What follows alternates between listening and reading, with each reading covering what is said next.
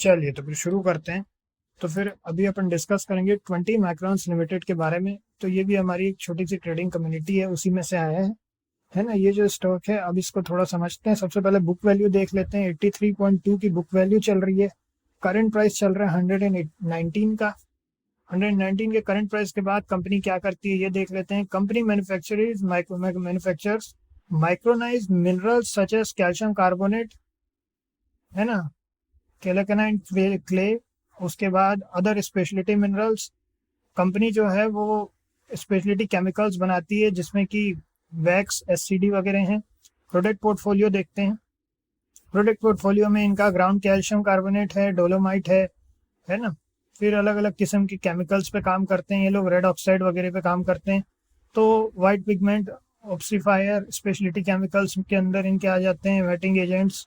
तो and user क्या है इनके? And user industries. तो ये एक B2B कंपनी है, B2B प्रोडक्ट्स बनाती है दूसरे बिजनेसेस के लिए। मतलब उसमें आ जाती हैं पेंटिंग एंड कोटिंग के लिए inks and pigments, plastics and polymers, paper, rubber, adhesive, sealants, agrochemicals, foundry, textile, ceramics, construction chemicals.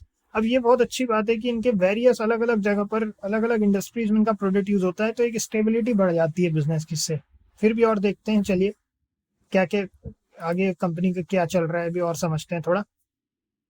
तो अगर अपन इधर देखें कंपनी के बारे में, तो इसमें मैक्स चार्ट का कुछ थोड़ा इशू चल रहा है आज, तो मैंने यहाँ पे आप लोगों के लिए हमने यहाँ चार्ट ओपन कर दिया है डेली टाइम फ्रेम पे। डेली टाइम फ्रेम के हिसाब से देखें तो अभी अभी इसने अपना ATS टच किया है ना। कहीं पर भी अपन पीछे से अगर चले जाएं तो क्या ये कभी उससे ज़्यादा इन्होंने किया है क्या? एक बार अपन और चेक कर लेते हैं। यस, एक समय में ये इससे ज़्यादा हुआ करता था 85 के करीब, मगर उसके बाद में फिर यस ATH मतलब उस काफ़ी समय से बहुत पहले कभी 85 गया था। ये गया था 2012 के समय गया था ये। उसके बाद अब सीधा इसने अपना ATH 119 का टच किया और काफ़ी बड़े बड़े जंप्स के साथ टच किया। तो अगर प्राइस एक्शन वाइज बोले तो थोड़ा सा अभी संभल करके चलने वाले हैं, क्योंकि अभी अभी ATH टच किया है ना। और देखते हैं, चलिए।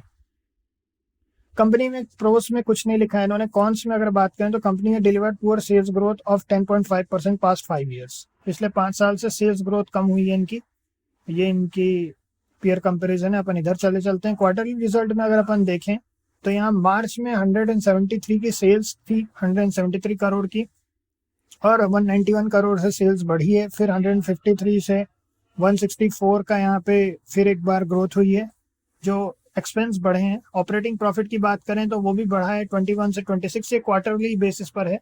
उसके बाद में ऑपरेटिंग प्रॉफिट मार्जिन का जो परसेंटेज है उसकी अगर अपन बात करें तो 12 से 14% हो गया। अदर इनकम भी बढ़ी है, इंटरेस्ट उतने का उतना ही है, डेप्रिसिएशन कम हुआ है।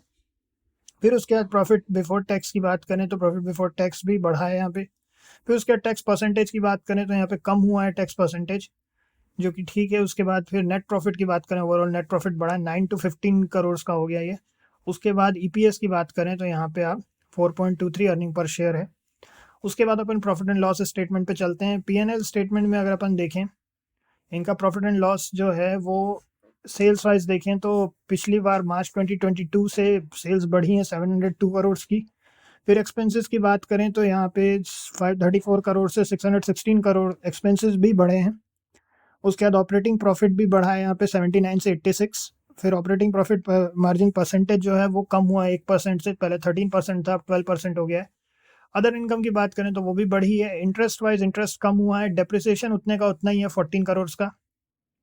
प्रॉफिट बिफोर टैक्स की बात करें अगर अपन तो वो बढ़ा है, टैक्स परसेंटेज 27%। नेट प्रॉफिट भी बढ़ा है 35 से 42 हो गया। अर्निंग पर शेयर 11.85 है। उसके बाद में डिविडेंड पे आउट 6% का डिविडेंड भी पे आउट किया। पिछले 2 साल से ये लोग डिविडेंड पे आउट नहीं कर रहे थे, इस साल फिर इन्होंने डिविडेंड पे आउट किया है। 21-22 में कोई डिविडेंड पे आउट नहीं हुआ था। फिर उसके बाद बैलेंस शीट पर चलें अगर अपन इनकी, तो बैलेंस शीट में शेयर कैपिटल उतने का उतना ही है। बोरोइंग्स इन्होंने बढ़ाई हैं अपनी, 234 करोड़ से इन्होंने 276 करोड़ किया, बोरोइंग बढ़ाई।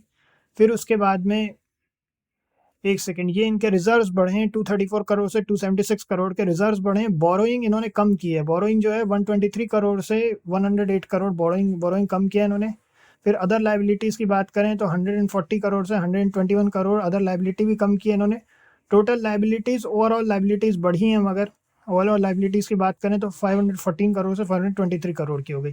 फिर उसके बाद फिक्स्ड एसेट्स की बात करें तो अपन 207 करोड़ से 213 करोड़ ये बढ़े हैं fixed assets. CWIP capital work in progress, इसमें अगर अपन बात करें जो है वो है आपका 5 से 8 हो गया है, ये भी बढ़ा है। फिर उसके बाद में अगर अपन देखें तो अदर एसेट्स की बात करें तो 293 की 293 ही है। फिर उसके बाद अगर अपन देखें तो अपन इधर देखते हैं टोटल एसेट्स का बैलेंस हो गया। फिर उसके बाद कैश फ्लोज की बात करते हैं।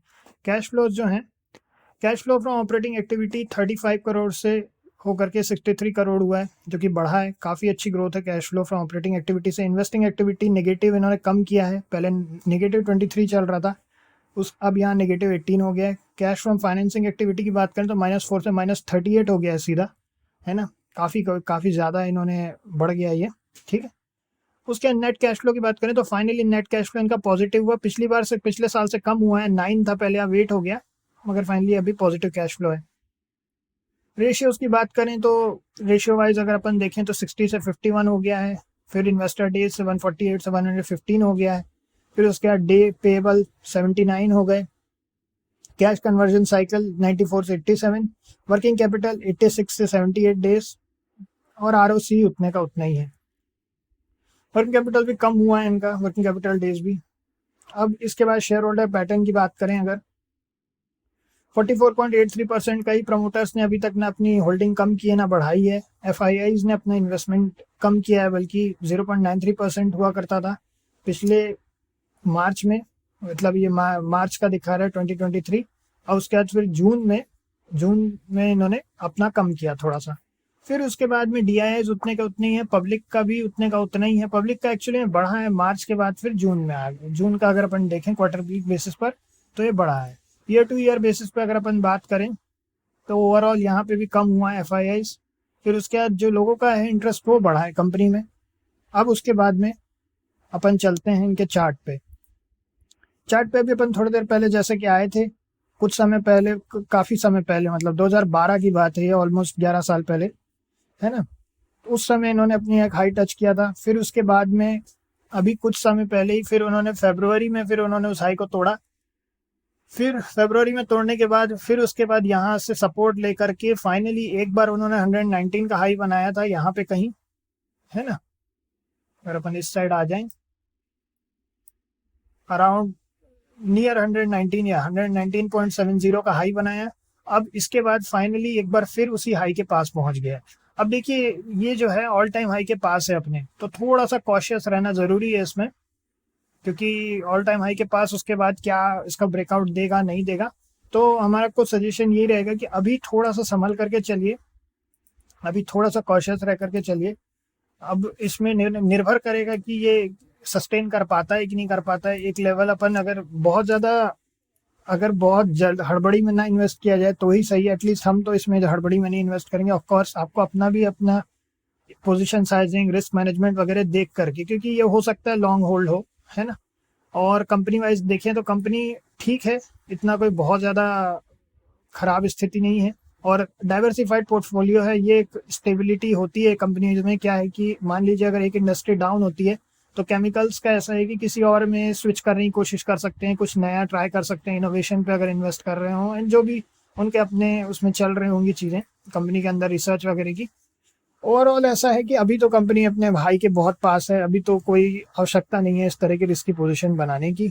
एटलीस्ट हम तो नहीं बनाएंगे, और आपको सजेस्ट करेंगे कि थोड़ा सा रुक करके कीजिए। अगर पहले किसी ने एंट्री कर ली होगी तो ऑफकोर्स उन्हें अच्छा मुनाफा भी हुआ होगा। ठीक है, चलिए इतना ही है, नेक्स्ट मिलते हैं फिर। ओके।